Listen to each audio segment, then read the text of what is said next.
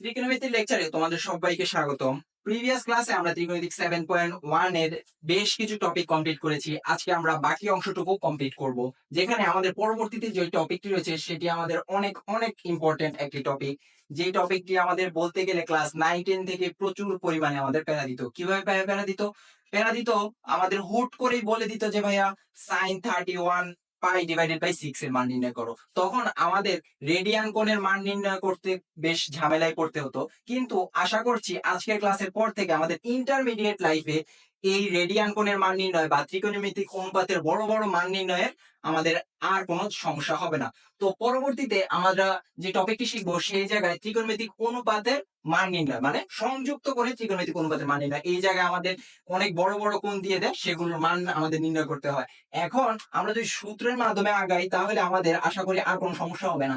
এই জায়গায় ভাইয়া এই যে এটা যে আমরা লিখেছি এই সূত্রের মাধ্যমে আমরা মূলত এই টপিকের সকল ম্যাথগুলো করব। কিভাবে দেখো তো, এই জায়গায় ত্রিকোণমিতিক অনুপাত থাকবে, যেখানে সাইন কস টেন এবং এদের বিপরীত অনুপাতগুলো থাকতে পারে। এখন এই জায়গায় এই জায়গায় ভাইয়া এনটা যে লিখেছি, কথা হচ্ছে এই এনটা মানে কি, এই এনটা ভাইয়া আপনি লিখতে পারেন 1 2 3, যা ইচ্ছা তাই লিখতে পারেন, বাট পজিটিভ গুলোই লিখতে হবে, আপনি নেগেটিভ গুলোর ভিতরে যাইতে পারবেন না, তখন আমাদের আবার ঝামেলা হয়ে যাবে। এই জায়গায় দেখেন তো, তারপর এটা পাই বাই টু মানে কি ভাইয়া, এই জায়গায় বোঝাচ্ছে হচ্ছে 90 ডিগ্রি। 90 ডিগ্রি বোঝানো যে কথা, পাই বাই টু একই কথা। এরপরে এই যে এই প্লাস মাইনাস থেটা যেটা আছে, যে এই থেটাটা হচ্ছে ভাই আমাদের কি, সূক্ষ্মকোণ। এখন সূক্ষ্মকোণ কি ভাইয়া, সূক্ষ্মকোণ মানে হচ্ছে আমাদের যে 90 ডিগ্রি ছোট কোণগুলোকে আমরা সূক্ষ্মকোণ বলে থাকি। এখন আমাদের এই যে এই এন এর মানের ক্ষেত্রে আমাদের একটু সাবধান থাকতে হবে। যখন আমাদের এন এর মান হবে জোড়, তখন কি ত্রিকোণমিতিক অনুপাত চেঞ্জ হবে না। বাট যখন ত্রিকোণমিতিক এন এর মানটা কি হবে ভাই, বিজোড় হবে, তখন কি অবশ্যই ত্রিকোণমিতিক অনুপাত চেঞ্জ হবে। কিভাবে চেঞ্জ হবে? এই যে সাইন থেটা যে আছে, সাইন থেটা হয়ে যাবে কি কস থেটা, আর টেন থেটা হয়ে যাবে কি cot theta, sec theta cosec theta হয়ে যাবে। কখন? যখন এই যে এই এন এর মানটা, এই এন এর মানটা কি যখন বিজোড় থাকবে, যখন বিজোড় থাকবে তখন কি, তখন কেবলমাত্র ত্রিকোণমিতিক অনুপাতের মান চেঞ্জ হবে। এখন আমরা যদি এই ম্যাথ গুলো করতে চাই, এই যে আমি যে ধাপগুলো লিখে রাখছি ভাইয়া, এই ধাপগুলো অনুসরণ করলে আশা করছি আমাদের কোন সময় এই ম্যাথ গুলোতে সমস্যা হবে না। কিভাবে? এই যে এই দুইটা তো আমরা বুঝলাম, এরপরে চতুর্ভাগের চিহ্ন বসাতে হবে। এর কিভাবে এটা আমরা দেখে নিই। চতুর্ভাগে দেখো তো ভাইয়া, আমরা যদি একটা ম্যাথের মাধ্যমে প্র্যাকটিস করি তাহলে আমরা কিভাবে করতে পারি। এই জায়গায় আমরা যদি সাইন 1000 ডিগ্রি নিয়ে কাজ করি, সাইন 1000 ডিগ্রি নিয়ে কাজ করলে আমাদের এই জায়গায় ভাইয়া কিভাবে করতে হবে, এই জায়গায় ভাইয়া আমাদের নিতে হবে যে 90 ডিগ্রি দিয়ে আমাদের এই 1000 ডিগ্রির খুবই কাছাকাছি একটি মান নির্ণয় করতে হবে। কিভাবে দেখো তো ভাইয়া, আমি সাইন নিলাম, এই জায়গায় ভাই আমরা যদি ম্যাথটা করি তাহলে আমরা কিভাবে ম্যাথটা করতে পারি দেখো তো। এই জায়গায় আমাদের ইনটু 90 ডিগ্রি, এখন আমাদের এমন একটা এন এর মান নিতে হবে যা দ্বারা 90 ডিগ্রিকে গুণ করলে আমাদের 1000 ডিগ্রি খুবই কাছাকাছি যাইতে পারি। এখন কিভাবে আমরা যাব? এখন দেখি ভাইয়া, আমি 90 ডিগ্রিকে যদি 11 দ্বারা গুণ দেই তাহলে আমাদের কত আসে ভাইয়া, 11 দ্বারা গুণ দিলে আমাদের 990 আসে। তাহলে 990 আসলে আমাদের আর কত যোগ করলে ভাই আমাদের 1000 হবে, +10 ডিগ্রি। যদি +10 ডিগ্রি আমরা এই জায়গায় যুক্ত করি তাহলে কি দেখো তো, আমাদের ঘুরে ফিরে আবার সাইনে 1000 ডিগ্রি হয়ে যাচ্ছে না? তো তাহলে ভাইয়া আমাদের এই জায়গায় মূলত কোন কি কাজটা করবো দেখো তো। এই কাজটা করলে আমাদের দেখো এই জায়গায় কি হচ্ছে ভাইয়া, এন এর মান কি ভাইয়া, বিজোড় না? এন এর মান যদি বিজোড় হয় ভাই, আমরা কি বলছি, এন এর মান বিজোড় হলে ত্রিকোণমিতিক অনুপাত চেঞ্জ হবে। কিভাবে? সাইন হয়ে যাবে কজ। আমাদের এই জায়গায় যেহেতু সাইন আছে, আমাদের কি হবে ভাইয়া, কজ হয়ে যাবে, কজ। এখন এই যে এই কজ এর পাশে তো ভাই আমাদের কোণ বসাতে হবে, থিটা বা সামথিং কোণ বসাতে হবে। কিভাবে আমরা কোণটা বসাবো, এই যে এই জায়গায় যাবে, আমরা যে সূক্ষ্ম কোণটা বসাইছিলাম না, এই সূক্ষ্ম কোণটাই আমাদের এই জায়গায় চলে আসবে, ডিরেক্ট বসে যাবে। তাহলে কত, cos 10 ডিগ্রি। এখন এটা কি আমাদের অ্যান্সার না, আমাদের আরো বেশ কিছু কাজ আছে। কি? এই যে দেখো তো ভাই 4 নম্বরে আমরা কি বলছি, চতুর্ভাগের চিহ্ন বসাতে হবে। চতুর্ভাগের যদি আমরা চিহ্ন বসাই ভাই, আমরা কিভাবে চিহ্ন বসাবো, এই জায়গায় আমরা একটা চতুর্ভাগ যদি কল্পনা করে নিই, দেখো তো আমাদের কি আছে, সাইন। সাইন আমাদের কোন চতুর্ভাগে পজিটিভ ভাইয়া, দ্বিতীয় চতুর্ভাগে পজিটিভ। এখন আমাদের দেখো তো, আমরা যদি এই 11 বার ঘুরাই তাহলে আমাদের এই সাইনটা কি আমাদের দ্বিতীয় চতুর্ভাগে পড়তেছে না, এটাই আমরা দেখবো। কিভাবে দেখো তো, এই যে আমরা 4 বার ঘুরালাম, 8 বার ঘুরালাম, এই যে 9 10 11, এই জায়গায় আমাদের কি 11 বারের ক্ষেত্রে আসছে 11 বার প্লাস প্লাস সামথিং। এই জায়গায় দেখো তো আমাদের কি চতুর্থ চতুর্ভাগে আসছে। সাইন কি আমাদের চতুর্থ চতুর্ভাগে পজিটিভ না ভাইয়া, নেগেটিভ। তাহলে এই জায়গায় আমাদের কি হবে, একটা নেগেটিভ সাইন হবে। যদি এই জায়গায় নেগেটিভ সাইন হয়, অনেকে ভাইয়া এই জায়গায় যে ভুল করে, যে ভাইয়া এটা তো কজ, কজ হলে চতুর্থ চতুর্ভাগে তো কজ পজিটিভ, আসলে না। এই জায়গায় কজ তো মাত্র মনে করো জন্ম নিল, ভূমিষ্ঠ হইলো, তো কজের আমরা চিহ্ন দেখবো না, আমরা কার চিহ্ন দেখবো, আমরা সাইনের দেখবো, যে প্রথমে ছিল তার চিহ্ন আমরা যদি কল্পনা করি, তাহলে এই জায়গায় দেখো, এই জায়গায় কি সাইনটা কি আমাদের ভাই নেগেটিভ, সেহেতু এই জায়গায় নেগেটিভ হয়েছে। আশা করি সকলে বুঝতে পারছো। পরবর্তীতে আমরা দেখে নেব এই টাইপ থেকে আমাদের কোন জায়গায় কি কোনো কঠিন ম্যাথ আসছে কিনা। আসলে বলতে গেলে এই টাইপ থেকে কোন জায়গায় কোনো কঠিন ম্যাথ আসেনি, কিন্তু এই জায়গায় জাহাঙ্গীরনগর ইউনিভার্সিটিতে এই টাইপ থেকে আমাদের বেশ কয়েকটা ম্যাথ আসছে, যেগুলোকে আমি বলবো একদমই কঠিন না। যদি রুলস ওয়াইজ আগাই, তাহলে এটা আমাদের কাছে একদমই পানির মতো লাগবে। কিভাবে দেখো তো ভাইয়া, সাইন ২৪০ ডিগ্রি, তাই না? সাইন ২৪০ ডিগ্রি আমরা কিভাবে লিখতে পারি দেখো তো। এই জায়গায় আমরা আমাদের সূত্র জানি কি 90 ডিগ্রি, আমাদের এটাকে এমন ভাবে সাজাইতে হবে। কিভাবে সাজাবো, এই জায়গায় কিভাবে এন এর মানটা লিখতে হবে না, এন এর মানটা আমরা এমন কিছু দিব যেটাতে দেখো তো ২৪০ ডিগ্রির খুবই কাছাকাছি হবে। তাহলে এমন কিছু দিতে হলে দেখো তো ভাই আমরা কিভাবে নিতে পারি। এটা যদি হয় আমরা কি দেখো তো, যদি 23 নেই, এই জায়গায় কি হবে, এই জায়গায় 0 0 0 0 ক্রস, যদি 7 0 2, তাহলে কি ২০৭০ ডিগ্রি হয় আমাদের। যদি ২০৭০ ডিগ্রি হয়, দেখো তো ২০৭০ ডিগ্রি কি আমাদের ২০৪০ ডিগ্রির খুবই কাছাকাছি। যদি খুবই কাছাকাছি হয়, আমরা অবশ্যই এন এর মান 23 নিতে পারবো। এখন দেখো, এখন এন এর মান যদি 23 নেই, এই জায়গায় 23 কে 90 দ্বারা গুণ করলে আমাদের কি হয়, ২০৭০ ডিগ্রি হয়। ২০৭০ ডিগ্রি কি আমরা লিখবো না, আমাদের কত লিখতে হবে, ২০৪০ ডিগ্রি। ২০৭০ ডিগ্রিকে আমরা ২০৪০ ডিগ্রি কিভাবে লিখতে পারি, -30।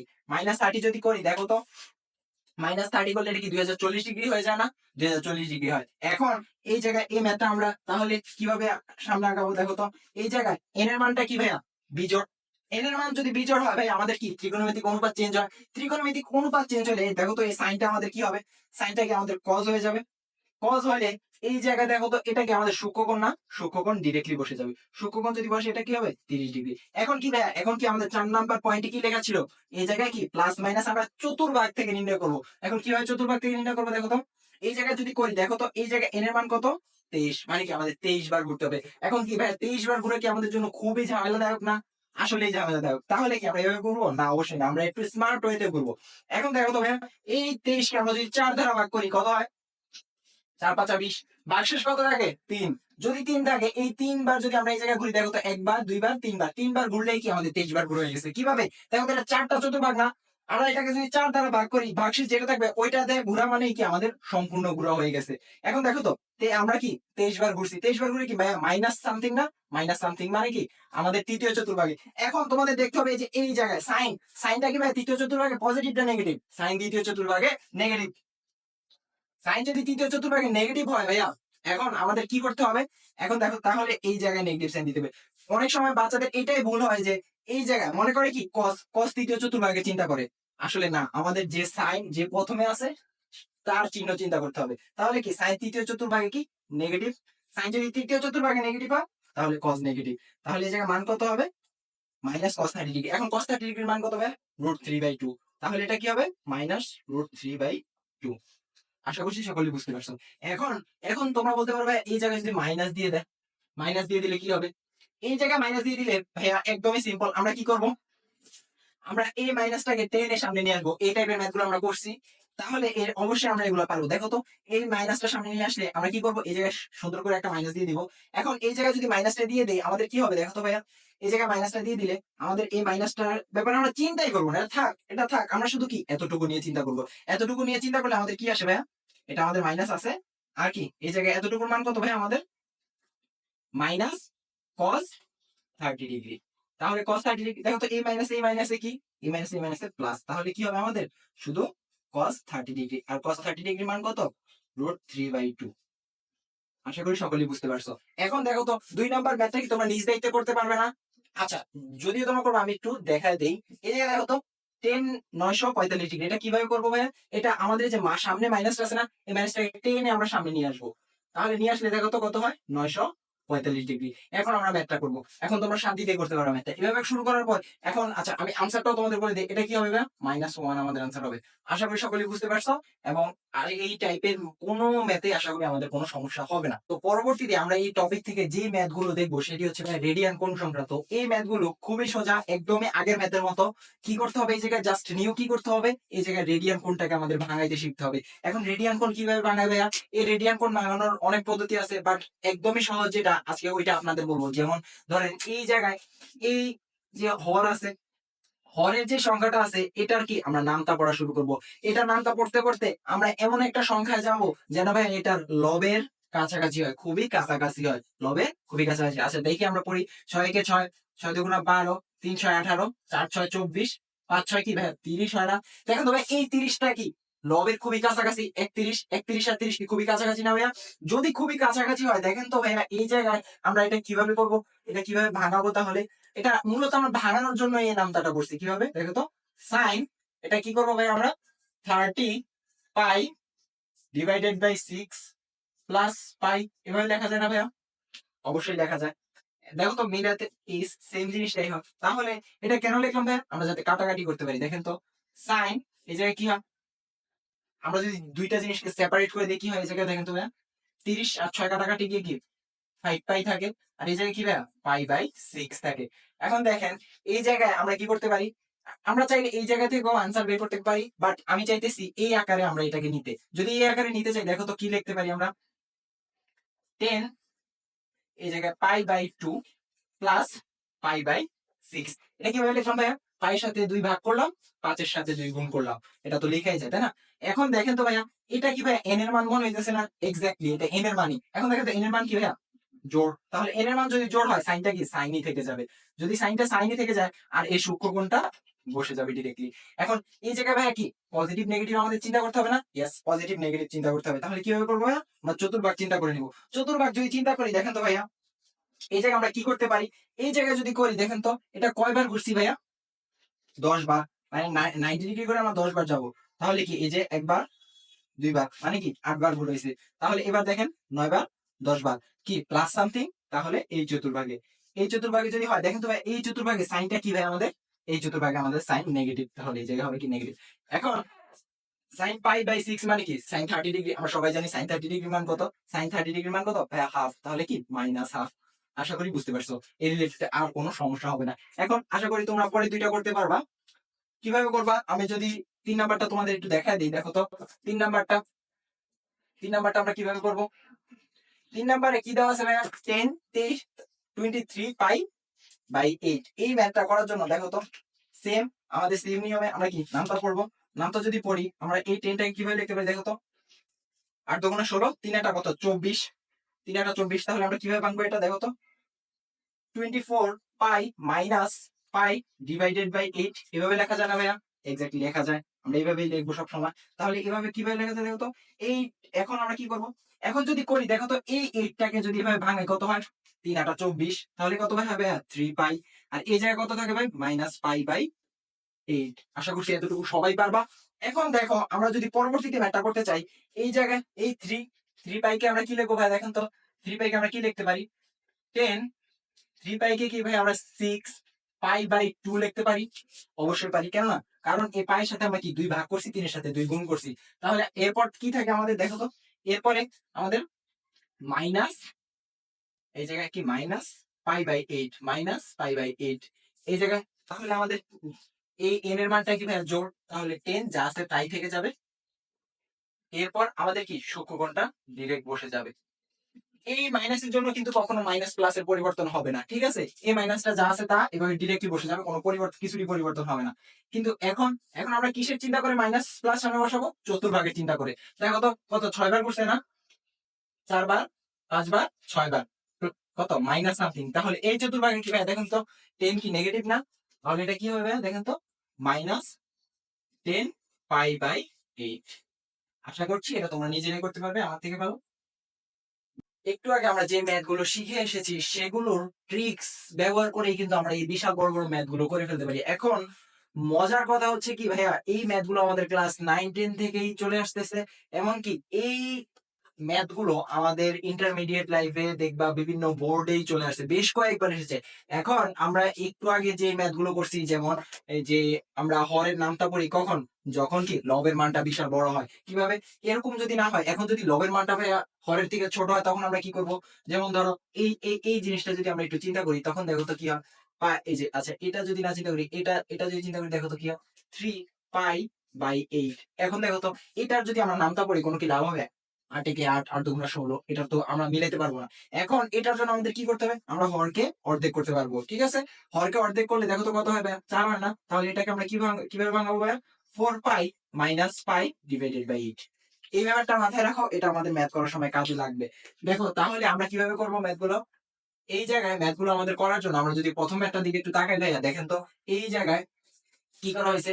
আমাদের এইটাকে যদি আমরা দেখেন তো অর্ধেক করি বা ডাবল করি, আমাদের এই কোণের কি কোনো পরিবর্তন হবে? হবে না। তাহলে এটা কি আমাদের সূক্ষ্মকোণ? তাহলে সূক্ষ্মকোণটাকে কি আমরা যা আছে তা রেখে দেই, cos স্কয়ার পাই বাই 8। এখন পরেরটা দেখি ভাই, আমরা পরেরটা কি বলছে?